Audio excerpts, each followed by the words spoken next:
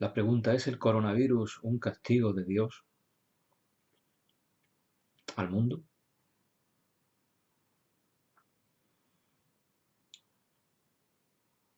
Tratemos de buscar respuestas.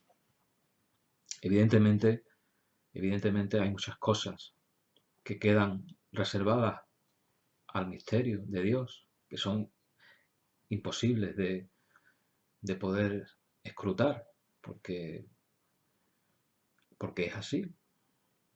Todo no lo podemos saber. Pero como nuestro Maestro Jesús nos enseñó, por los signos, por las señales, podemos vislumbrar, podemos de algún modo comprender lo que sucede en nuestra vida.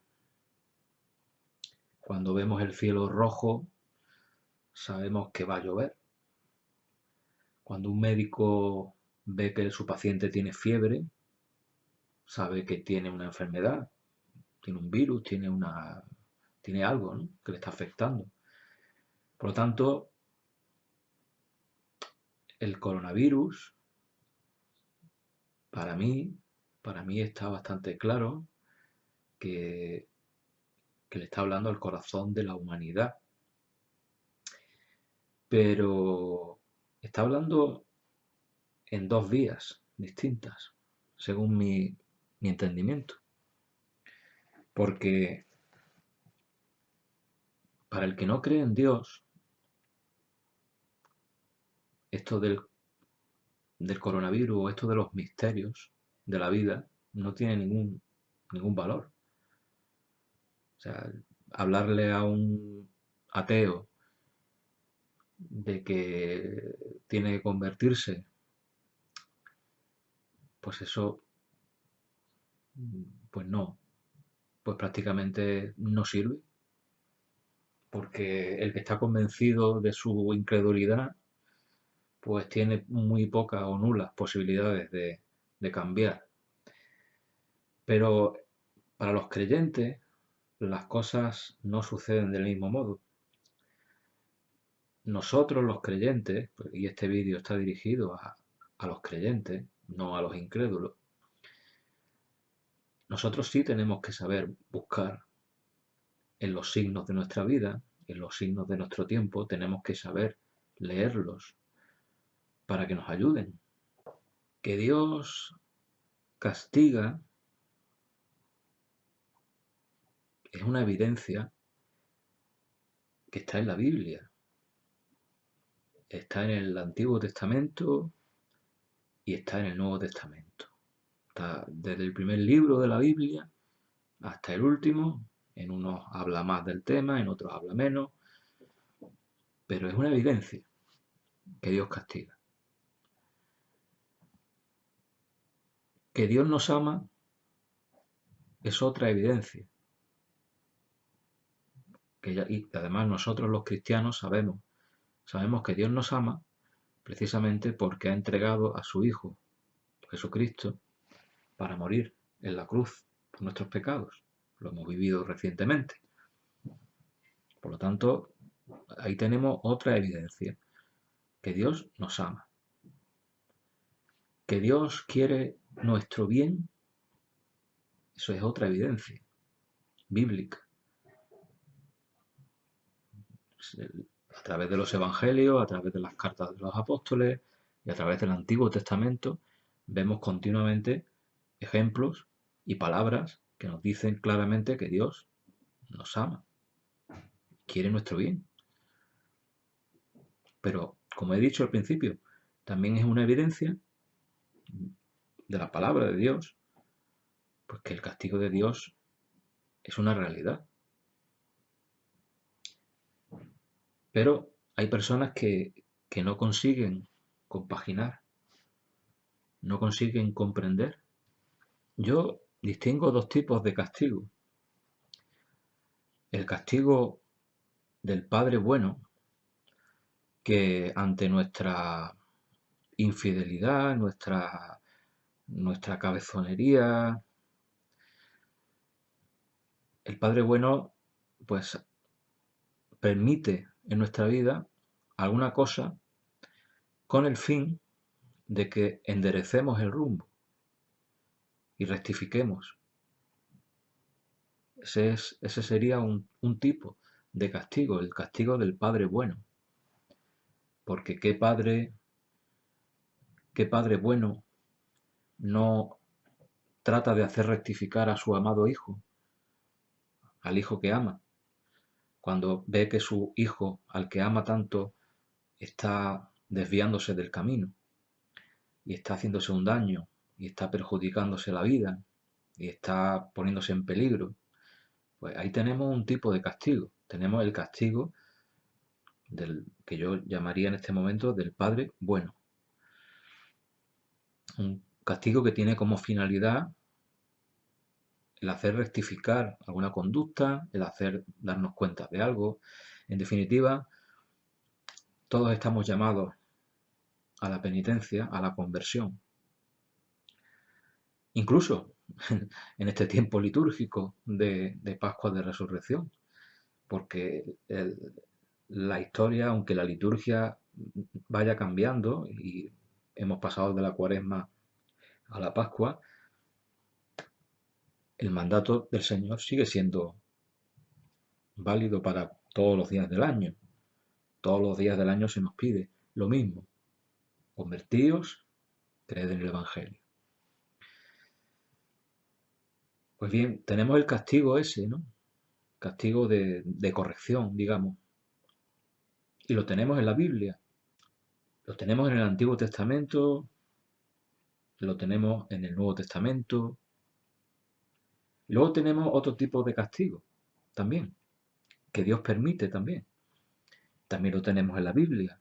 También hay un libro especialmente que ahora mismo se me viene a la mente, que es muy explícito, hablando de este tipo de castigo que se encaja a lo largo de la historia, pero también se encaja de una forma particular en un tiempo al que se le denomina como el final de la historia, ¿sí? Porque nuestra fe cristiana habla de un final de la historia. Y es así. Entonces, hay otro tipo de castigo que es el que vemos, por ejemplo, en el libro del Apocalipsis, que está dirigido no a convencer a nadie, ni a hacer que la gente rectifique, sino simplemente es un castigo de justicia. Es un castigo de justicia, y así lo vemos en el libro del Apocalipsis. Cuando suceden ciertas cosas, ahí lo tienen en su Biblia, pueden buscar. Suceden ciertas cosas que Dios permite, cosas muy graves y muy serias que Dios permite. ¿Y cuál es la reacción de los inconversos y de los incrédulos y de los que blasfeman contra Dios? Pues lo dice también la palabra de Dios. Esas personas están tan endurecidas que ni los castigos les hacen cambiar. Por lo tanto, eso me da a entender que no existe, o sea, que existen dos tipos de castigo. El castigo para corregir, dirigido a un tipo de alma en particular, y luego está el castigo que es justo, que es de justicia, que propiamente dicho sirve para declarar que Dios es Dios y que esas personas pues no se han convertido, se han endurecido y han engañado y han tratado de engañar a los creyentes, ¿no? Y Dios no permanece en silencio durante la historia. Dios nos habla continuamente. Nos habla a través de su palabra, nos habla a través de los signos de los tiempos.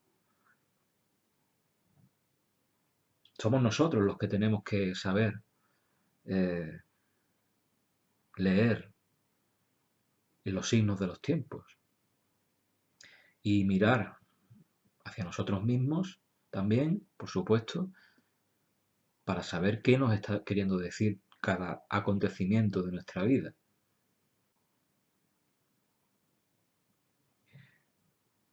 Están las pruebas Lo vemos en el libro de Job. Están las pruebas. Dios permite que sucedan en nuestra vida ciertas cosas desagradables para probarnos nuestra fe. No porque Él no sepa, sino como yo hace tiempo vengo observando, es más bien para que nosotros nos demos cuenta.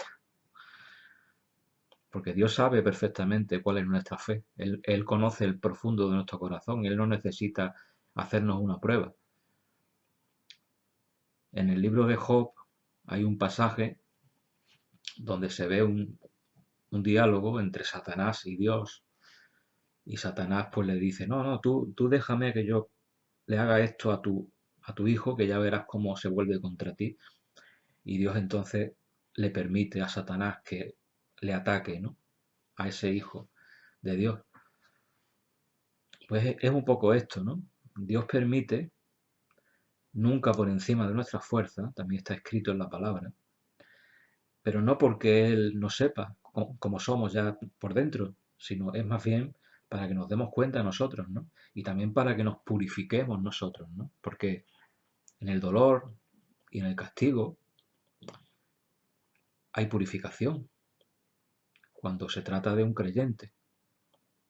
Cuando se trata de un ateo, ya he dicho, se trata de un incrédulo, una persona que se ha cerrado totalmente en su corazón, ni aunque vea a un muerto resucitar, ni aunque venga del cielo un ángel y se le aparezca.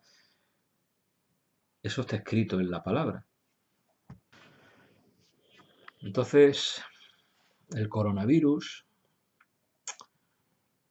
si yo me hiciera la pregunta de en qué lado espiritual está y quién busca algo con esto, desde luego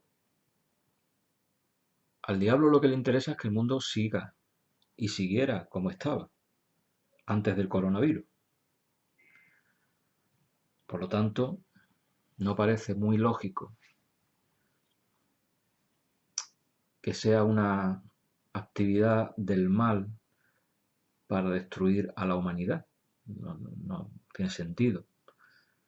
Pero sí lo veo más lógico desde el punto de vista de lo que mucha gente está diciendo. Yo lo he leído, ¿no? Mucha gente, esto nos va a cambiar. Incluso en la misma iglesia, ¿no? Lo he escuchado, ¿no? Y lo he leído en distintos sitios. A partir de ahora ya las cosas van a ser diferentes.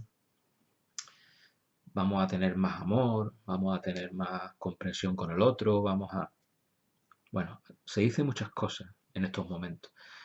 Entonces, ese es el efecto que está provocando esta enfermedad, esta plaga, esta peste china del coronavirus. Este efecto. Y entonces tenemos que concluir, si esto es así, que entonces, si está suscitando en alguna parte de la humanidad estos sentimientos, pues tenemos que considerar que, como he dicho al principio, digo, esto puede ser un castigo de corrección para una parte de la humanidad, permitido, evidentemente, por, por Dios. Eso es una evidencia. Dios permite esta enfermedad que caiga sobre el mundo y que ponga todo patas arriba. Y lo permite por otra cosa que es muy evidente. Y si alguien no lo quiere ver o no lo puede ver, pues no podemos hacer nada, ¿no? Pero es muy evidente, el mundo no estaba andando bien. Y aún después de haber dicho todo esto, seguramente pues, puede surgir las dudas, ¿no? La, la pregunta de, bueno, esto, cuando hay una enfermedad, una peste, una plaga, mueren muchas personas, igual que cuando pasa un terremoto, cuando pasa... Y pueden morir personas justas, personas injustas. Y claro, ahora a mí me surge la siguiente duda, ¿no? ¿Quién es justo? ¿Acaso yo ¿Soy justo? ¿Soy completamente justo? ¿Quién es bueno? Lo dice la palabra. Bueno es solo Dios. Por lo tanto, todos somos, en cierto modo, merecedor de algún tipo de castigo, que efectivamente, por medio de la sangre de Cristo, hemos sido librados del castigo final, del castigo final. Él nos ha curado de ese castigo final. Si creemos en Jesucristo, en su Evangelio. Pero ¿puedo yo decir que estoy libre de que Dios me corrija en algo? ¿Soy ya perfecto? Entonces no podemos decir, es que mueren personas buenas, personas malas. No, es que no se trata de eso. Siempre han habido, a lo largo de la historia, siempre han habido mártires que han sido martirizados, han sido asesinados por haber hecho el bien. Entonces, el misterio de Dios es muy grande, pero ante todo yo reflexionaría sobre eso, ¿no? Es que yo estoy exento de ser corregido. Lo único que se me ocurre es de pedir a Dios que tenga misericordia de mí. Señor, ten misericordia de mí, ten misericordia de mis pecados, Señor.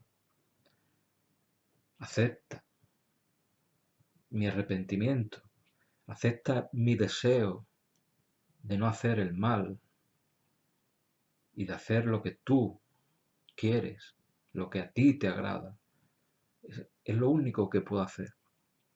Y para eso me ayuda conocer que Dios es un Padre bueno que corrige al que ama y que castiga también al que ama.